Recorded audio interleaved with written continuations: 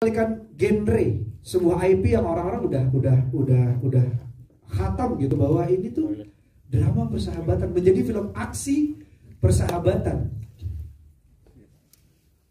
Apa aja yang disiapin sama Mas Christian dan tim selaku produser untuk memindahkan itu, memindahkan sudut pandang orang, kebiasaan orang, karena kan orang Indonesia kan biasanya gitu ya, kalau udah biasanya kan ini masa jadi ini. Nah, bagaimana Mas Christian mempersiapkan ini semua, Mas? Silakan, Mas. Mungkin memang kita dimulai dengan mimpi ingin melanjutkan petualangannya Filosofi Kopi. Memang judulnya pun dulu kita udah ini kita buat di Filosofi Kopi 3, Filkop 3 kita nyebutnya. Tapi sejalannya waktu memang menjadi pertanyaan kita adalah cerita apa lagi sih Ben dan Jody dan Kopi ini harus diceritakan.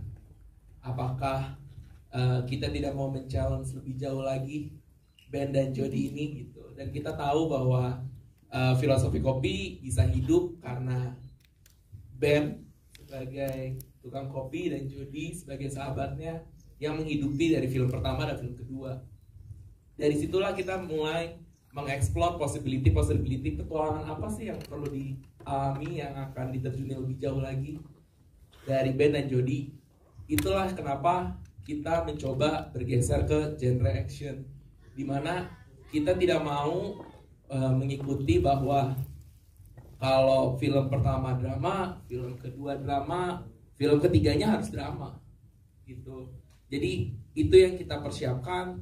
Dan setelah berdiskusi dengan Mbak Dewi Lestari memberi restunya juga. Itu yang membuat kita yakin bahwa ya kita nggak mau seperti film-film lainnya. Kalau udah kepatok film pertamanya drama, selanjutnya drama gitu. Dan yang kedua bahwa ya kalau ditanya apakah Ben and Jody ini apakah film yang berbeda? Iya, film yang berbeda. Ini kalau ditanya perlu nggak ya kita nonton Filkop 1, Filkop 2? Kalau mau silakan untuk mengetahui karya-karya kita. Tapi Ben and Jody menjadi marka atau tanda di mana petualangan baru Ben dan Jody ini. Jadi nggak wajib nonton Filkop 1, Filkop 2. Jadi memang ini adalah bisa dianggap film pertama awal petualangan barunya Ben dan Jody. Gitu.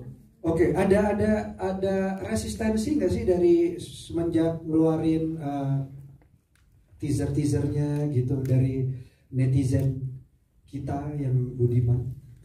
Ada resistensi nggak? Kalau resistensi pasti ada. Oke. Dan kita sudah mempersiapkan itu. Oke. Dengan cara apa? Membuktikan bahwa film action Indonesia nggak jelek.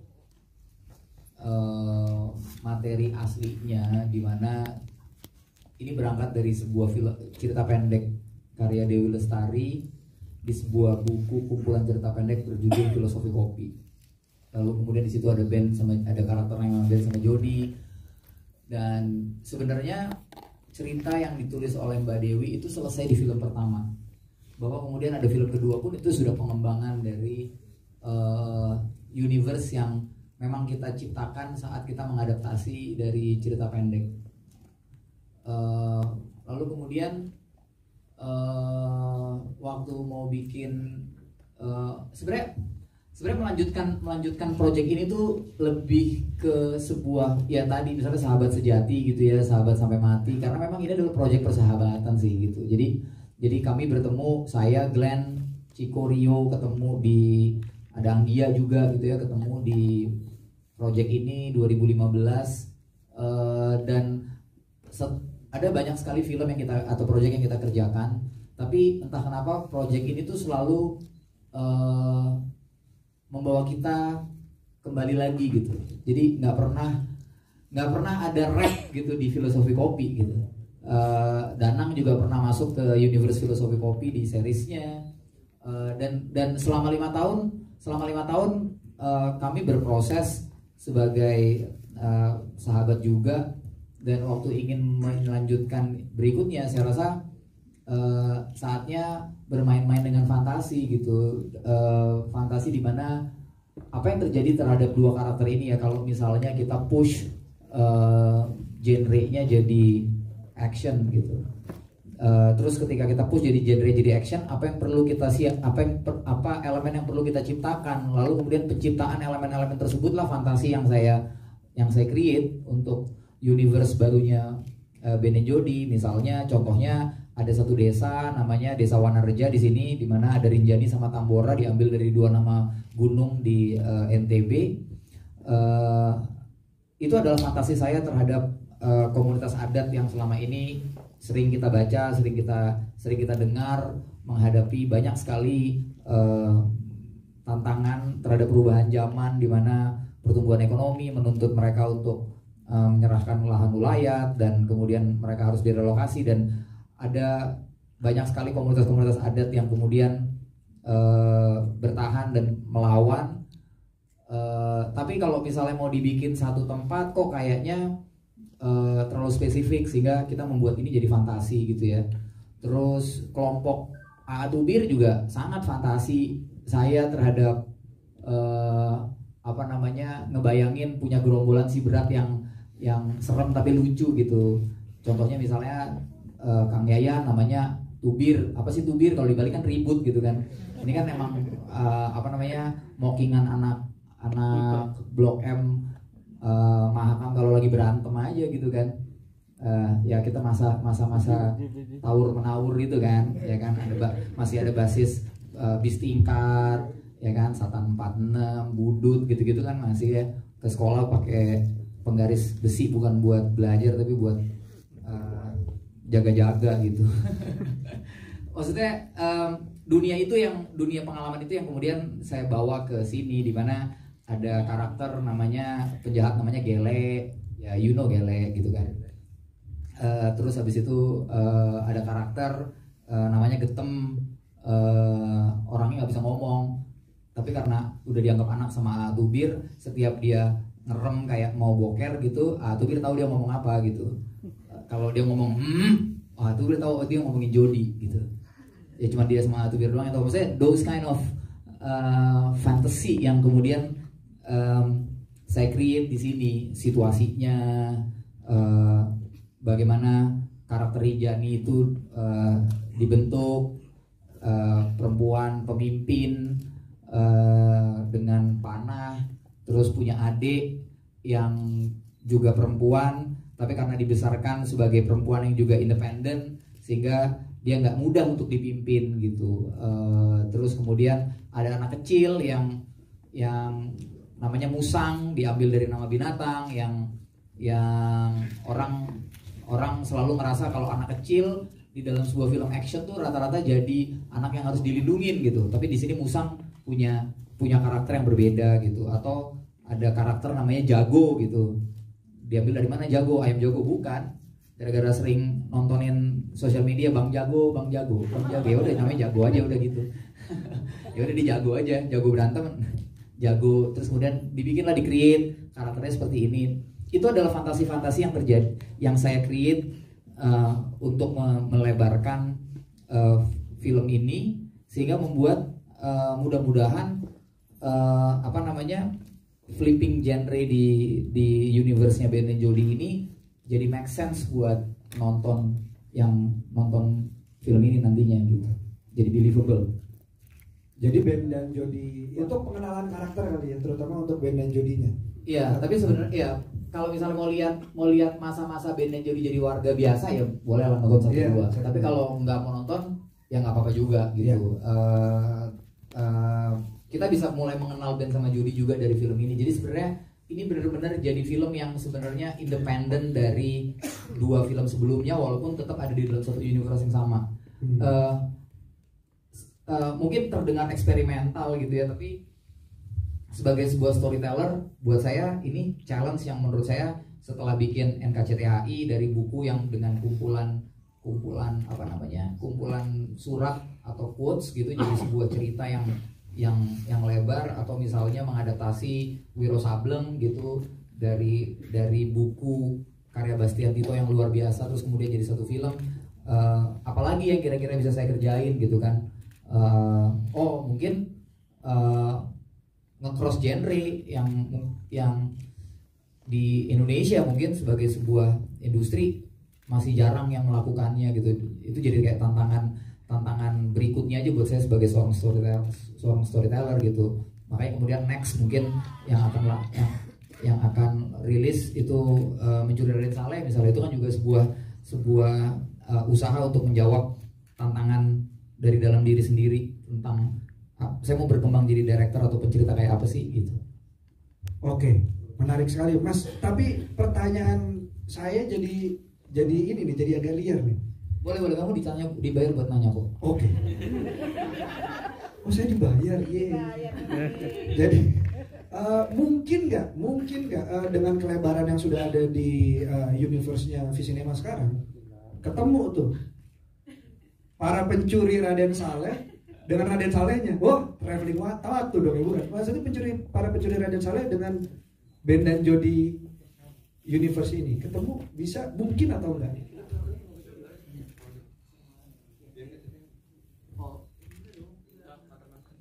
Ya kayak misalnya di mantan-mantan tuh si karakter Atika tuh pelanggannya Filosofi Kopi gitu. Mungkin buat hal-hal kayak gitu mungkin kita nggak pernah tahu ke depan kita akan kayak gimana ya, maksudnya biasanya di Visinema setiap kita mulai dengan satu IP atau satu film, kita sudah diminta untuk punya long term visionnya, ini mau dibawa kemana gitu ya. Tapi sama seperti banyak proses kreatif yang kami lalui, bahwa proses kreatif itu yang paling menarik adalah mengikuti si kreatornya. Iya, ini menarik banget. Dan sebuah karakter sebagai seorang aktor, bagaimana cara si karakter tersebut merespon situasi. Jadi di sini karakter Ben ini dia bergerak sesuai dengan apa yang terjadi dalam situasi yang dialami. Kalau yang pertama, yang kedua mungkin Ben lebih ditonjolkan keidealismean seorang Ben. Di sini udah bukan. Tapi bagaimana Ben berpikir lebih jauh. Ben berpikir untuk meneruskan sesuatu yang belum pernah dilakukan sebelumnya. Karena dulu orang tuanya seorang petani dan sempat ada konflik lahan. Dan orang tuanya memilih untuk ngalah dan akhirnya orang tuanya meninggal. Tapi kali ini Ben nggak mau melakukan hal yang sama seperti orang tuanya. Karena menurut Ben, bukan kemenangan yang berarti jika harus menang sendiri. Jadi menurut Ben, ya it's time to fight back. Walaupun dia bukan jagoan, Ben bukan Rambo, tapi dia tahu bagaimana cara bertahan. Justru yang menarik adalah ucapan itu. Harusnya itu Jody sekali loh, ucapan yang Jod, kita tuh bukan Rambo. Itu tuh Jody banget sebenarnya. Kalau secara karakter, apakah Ben makin lama makin dewasa? Ya, di sini seiring berjalannya waktu pasti ada proses pendewasaannya. Ya. Emang, tapi kalau misalnya dibahas soal adegan tadi nggak enak, nanti jadinya spoiler. Oke. Tapi sedikit hints lah. Kenapa sampai Ben mengucapkan itu ke Jody? Karena Jody adalah sahabatnya dia yang lama tinggal di kota. Beda sama Ben. Ben yang udah mengalami konflik berkali-kali di situ. Karena kan Ben tinggal di desa sebagai petani kan.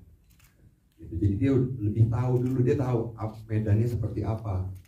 Jadi jangan jadi seperti jagoan. Tapi Jody menyadarkan Ben. Nah itu kan fungsinya sahabat kan di sini kan saling mengingatkan ketika di antara satu ini ada yang lupa apa visinya, apa misinya. Jadi di sini Ben sama Jody saling mengisi. Oke, menarik nih. Untuk meneruskan apa yang menjadi tujuannya dia sebenarnya. Emang visi misi mereka akhirnya ketemu lagi walaupun ada sengketa di tengah-tengahnya selalu ada ya. Tapi pertanyaan terakhir nih. Jadi Kekar gara-gara bertani.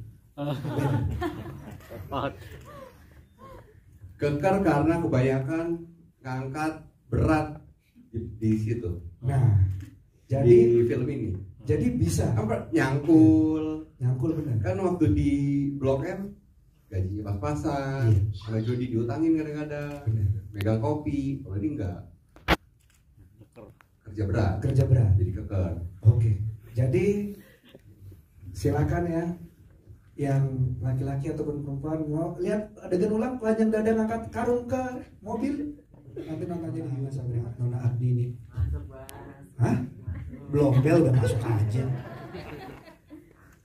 Nona Hana, pertanyaan pertama. Ini karakter yang sangat dewasa, terlihat memimpin, bahkan dari poster aja dengan panahnya itu benar-benar nunjukin karakter yang kuat banget. Boleh diceritain lebih detail nggak tentang karakternya Rinjani? Oke, Iya. terima kasih buat pertanyaannya dan halo selamat siang semua teman-teman, terima kasih sudah hadir di sini. Oke, mau cerita sedikit tentang Rinjani ya. Jadi Rinjani ini sesuai dengan namanya, Rinjani. Sosok perempuan yang punya ahli memanah dan juga legalitasnya. Dia itu seorang perempuan yang menjadi pemimpin di sebuah desa yang sangat bersahaja dan sangat indah, kayak yang tadi sempat dilihat juga di trailer kan. Sosok pemimpin di desa Wanaraja namanya.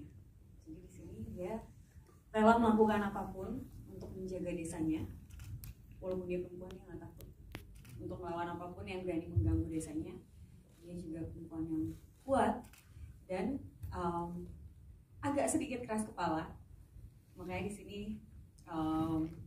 nanti kalian bisa lihat tandeman kita ya antara Rinjani dan adiknya.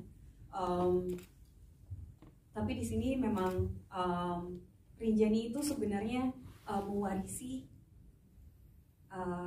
mewariskan ini kayak tahta dari bapaknya gitu. Jadi bapaknya ini tuh hilang sekitar 1,5 tahun sebelumnya. Jadi dia bisa disebut sebenarnya pemimpin dadakan. Makanya di sini keras kepalanya keluar karena mungkin sebenarnya dia belum terlalu siap. Tapi di sini juga akhirnya dimana sosok adiknya yang akhirnya memenuhi kekurangannya itu. Dan juga teman-teman yang lain nanti bisa dilihat juga ada Jago dan juga Muzaki. Jadi seperti itu kurang lebih karakter Rinjani. Boleh diceritain nggak? Satu aja adegan favoritmu berantem. Iya, satu aja. Wah, semuanya seru banget sih sebenarnya karena benar-benar kan pengalaman baru nih, ini my first action movie. Yeah. Jadi memang benar-benar suatu pengalaman yang baru. Kalau bisa dibilang yang favorit pastinya yang bertiga bareng sama Kang Yayan, bareng sama sama Tambora dan Atubir itu Hampir 10 hari. syutingnya buat adegan itu sendiri cukup panjang, cukup berdarah-darah. Jadi bisa dibilang paling challenging tapi paling seru dan favorit juga. Ini berarti Nona Hana belajar mana juga ya? Tradisional bow ya berarti. Tapi di sini karena memang di sini kan Rinjani ini bukan yang dia adalah atlet memanah, bukan. Jadi memang dia orang di desa yang cara bertahan hidupnya dengan cara memanah. Jadi dia latihan dari kecil otodidak. Jadi bukan yang seperti profesional yang ada ukuran, yang memang dia mengikuti nalarnya dia aja, nalurinya dia. Jadi ya memang gadis-gadis di desa yang jago memanah aja pada umumnya. Oke. Baiklah, terima kasih Nona Hana. Boleh tepuk tangan untuk Nona Hana. Terima kasih. Lanjut kita ke Nona Agnini Hak. Sama pertanyaannya. Ya, ini saya mau ulang. Sama pertanyaannya koma. Ini saya mau ulang. Boleh tolong diceritain ya detail sedikit aja. Detailnya sedikit aja. Karakternya Tambora. Iya. Hai, selamat siang semuanya. Senang ya, rame. Iya, betul. Karakternya Tambora ini dia adalah seorang remaja yang tumbuh dan besar di desa Wanaraja. Dia mempunyai kakak terkasih Rinjani. Dan karena ayahnya menghilang, Tambora ini jadi tumbuh dengan karakter yang lebih emosional, lebih impulsif. Terus juga dia selalu memiliki tingkat kewaspadaan yang lebih dari teman-teman yang ada gitu. Dan ayahnya menghilang, tapi dia punya keyakinan bahwa ayahnya ini masih hidup dan akan kami temukan gitu. Oh, jadi ada itunya Mas Angga? Ayahnya ya, oke benar. Yang hilang kan Pak? Iya, yang hilang kan. Aduh, ikutan gak ya obrolannya ya? Ada merah-merah gak di sini? Gak ada kan ya? Oke. Iya benar. Jadi kalau kamu percaya bahwa ayahmu akan kembali. Pasti. Kalau Percaya. Rinjani, bagaimana sudut pandangnya soal ayah yang 1 tahun ini? Oke, Hilang. sudah menghilang ini. Iya. Jadi kalau menurut Rinjani sendiri, karena dia itu dia diwariskan pemimpin ini kan, sehingga dia fokus untuk hanya untuk gimana caranya memimpin dan menjaga desa ini, sehingga itu tuh jadi hal yang ya udah deh, bukan fokus karena ada yang lebih penting dari itu. Dia harus menjaga desa ini nih. Gitu. Walaupun ayah pastinya penting juga untuk Rinjani, tapi di sini dia harus bisa mengesampingkan itu, di mana dia harus menjaga satu desa ini. Jadi fokusnya pun hilang. Di sini Tambora yang akhirnya mengingatkan, ini bapak ini masih ada kok. Gitu. Seperti itu. Baiklah, Mas Aga mau namanya?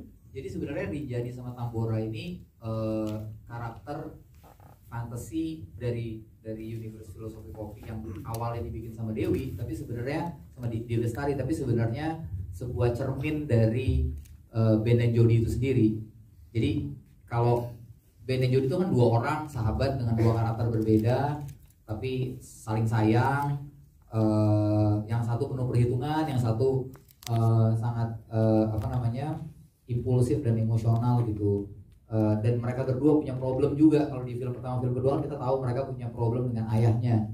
Nah, waktu bikin Ben dan Jody, nafas itu yang saya bawa juga waktu nyiptain Rinjani sama Tambora. Jadi ini adalah kita punya duo baru. Kalau sebelumnya kan di dua film di Filosofi Kopi yang kita tahu kita ada satu duo gitu. Di sini ada 2 duo gitu. Duo barunya yang kita ciptakan adalah Tambora dan Rinjani, juga punya isu